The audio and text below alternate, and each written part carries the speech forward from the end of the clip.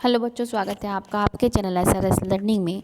बेटा ये आपकी विज्ञान की बेटा 9th क्लास की वर्कशीट है। मूल्यांकन जो है आपकी कार्यपत्रक है, मतलब असेसमेंट जो है कार्यपत्रक है। ये क्या होती है जिसमें आप अपने आप को क्या असेस करते हैं, आप अपने आप का जो है मूल्यांकन करते हैं कि आपने जो पढ़ा है कितना पढ़ा है। जो इसका जो नंबर है वो है 5 और डेट है, इसकी तिथि है कब ये है कि अब की है कि 16 सितंबर 2021 को ये जो है आपकी आज की कार्यपत्रक है। ठीक है, आपको करना कैसे, यहाँ पे आपको अपना नाम और अपनी जो है कक्षा अध्यापिका का जो नाम है वो भी मेंशन करना है। अब बच्चों ये जो वर्कशीट है ना, इसमें 10 क्वेश्चन है आपके, और हर क्वेश्चन का जो आपको कितने मार्क्स मिलेंगे, 1 मार्क्स आपको प्राप्त होंगे। ठीक है, और जो हर क्वेश्चन के जो है, जैसे आपका फर्स्ट क्वेश्चन है, इसके 4 ऑप्शन होंगे, A, B, C, D। इन चारों में से कोई एक सही होगा, उस पर आपको डार्क करना है या आप टिक मार्क भी लगा सकते हैं। ठीक है, तो शुरू करते हैं। पहला क्वेश्चन है कि पादप कोशिका में कोशिका भित्ति का मुख्य घटक क्या है। जो आपका पादप कोशिका होती है, ठीक है, जैसे ये कोई आपकी पादप कोशिका हो गई, उसके बाहर जो एक ये जो होती है झिल्ली, इसको बोलते हो आप कोशिका भित्ति। तो किसकी बनी होती है, तो यही पूछ रहे किसकी बनी होती है। ये बनी होती है सेलुलोज की। किसकी?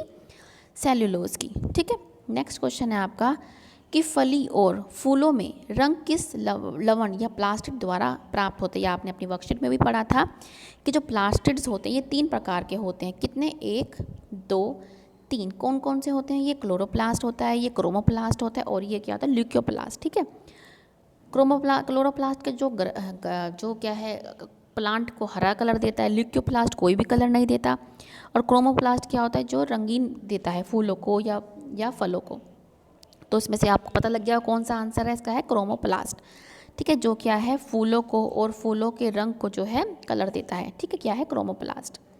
नेक्स्ट क्वेश्चन है आपका क्वेश्चन नंबर है 3 कि निम्नलिखित में से कौन प्याज की कोशिका में तो उपस्थित होता है, लेकिन आपकी जो है कपोल मतलब चिक, जो आपकी जो आपका जो गाल होता है ना, गाल के अंदर से ही आपका क्या खुरच के आप जो निकालते हैं। जैसे ठीक है, ये आपको पता है कि जो प्याज होता है ये क्या है? आपका पादप है। ठीक है, और ये क्या है? आपकी जो कपोल है, चोक है, ये क्या है? आपकी जो है ये आपकी एनिमल प्लांट सेल होती है। तो आपको पता है कि जो आपकी जो प्लांट पादप कोशिका होती है, इसमें एक झिल्ली और उपस्थित होती है, उसका नाम क्या होता है? कोशिका भित्ति। लेकिन आप अगर प्लांट में देखें तो आप एक कोशिका भित्ति उपस्थित नहीं होती। तो इसका आंसर क्या है? इसका आंसर है कोशिका भित्ति। कोशिका भित्ति ही है जो क्या है कपोल में जो है उपस्थित नहीं होती। ये सब तो कोशिका में भी होती, ये तो पादप में भी होती है, मतलब इसके हिसाब से देखो तो प्याज में भी होती है और कपोल में भी होती है। तो इसका आंसर क्या है? कोशिका भित्ति। ठीक है, नेक्स्ट क्वेश्चन है आपका कि यदि हम लाल रक्त कणिकाओं को निम्नलिखित विलयन में डालें तो किस विलयन में कोशिका का आकार जो है बढ़ जाएगा। जैसे कोई आपका ये बीकर है, ठीक है, आपने कोई कोशिका रखी तो किस में उसका जो आकार है वो बढ़ जाएगा। किस में बढ़ जाएगा? वो बढ़ जाएगा आपका अल्प प्रासरण दाबी में। किस में? अल्प प्रासरण दाबी, मतलब उसमें क्या है आपका जो सॉल्यूशन है अंदर चला जाता है और उससे आपकी जो कोशिका होती है वो बहुत बड़ी हो जाती है। तो इसका आंसर क्या है? अल्प प्रासरण दाबी। ठीक है, नेक्स्ट क्वेश्चन है आपका फिफ्थ क्वेश्चन आपका क्या कह रहा है कि निम्नलिखित में कौन एक कोशिका का उदाहरण है लेकिन एक पूर्ण जीव की तरह कार्य नहीं करता। मतलब एक कोशिका तो है लेकिन एक जीव जो सारा काम करता है ना उसकी तरह वो कार्य नहीं करता। तो वो क्या है आपका? श्वेत रक्त कोशिकाएं, WBC। ये एक कोशिका तो है लेकिन ये पूरे जीव की तरह काम नहीं करता। ठीक है, अमीबा करता है, पैरामीशियम भी करता है, इसमें अमीबा करता है लेकिन इसमें WBC भी साथ में आ रहा है। तो इसका आंसर जो सही होगा वो क्या है?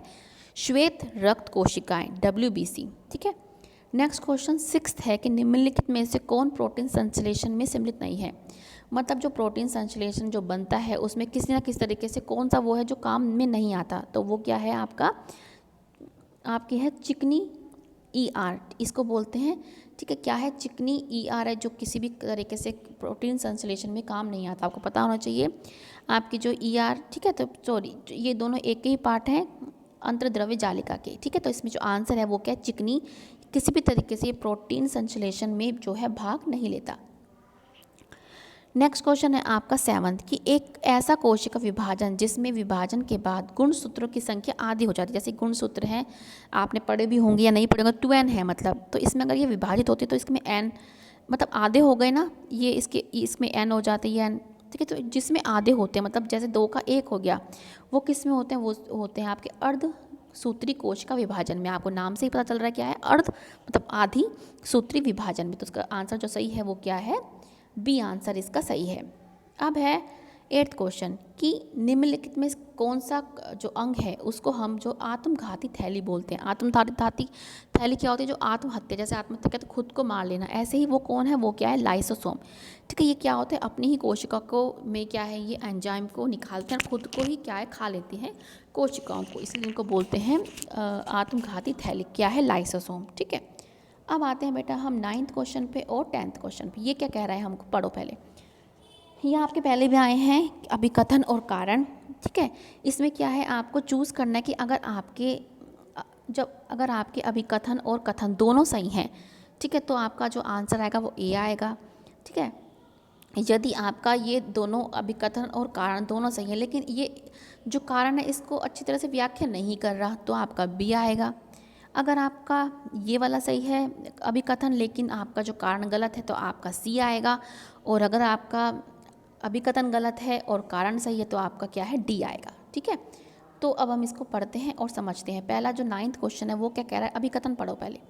कि विषाणु, जिसको आप वायरस बोलते हैं, एक प्रोकैरियोटिक कोशिका जीव है। बिल्कुल गलत है, ये प्रोकैरियोटिक कोशिका जीव नहीं होता। ठीक है, अब कारण क्या है इसकी, कारण क्या बता रहा है कि विषाणु केवल अपने होस्ट मतलब मेजबान में जीवित रहता है। ये बिल्कुल सही है कि जब तक उसको होस्ट सेल नहीं मिलता, जैसे आप कोरोना का वायरस है, अगर वो आपके शरीर से बाहर है तो वो मरा हुआ है, जैसे ही आपके शरीर में हो जाएगा तो वो जीवित हो जाएगा। बिल्कुल सही है।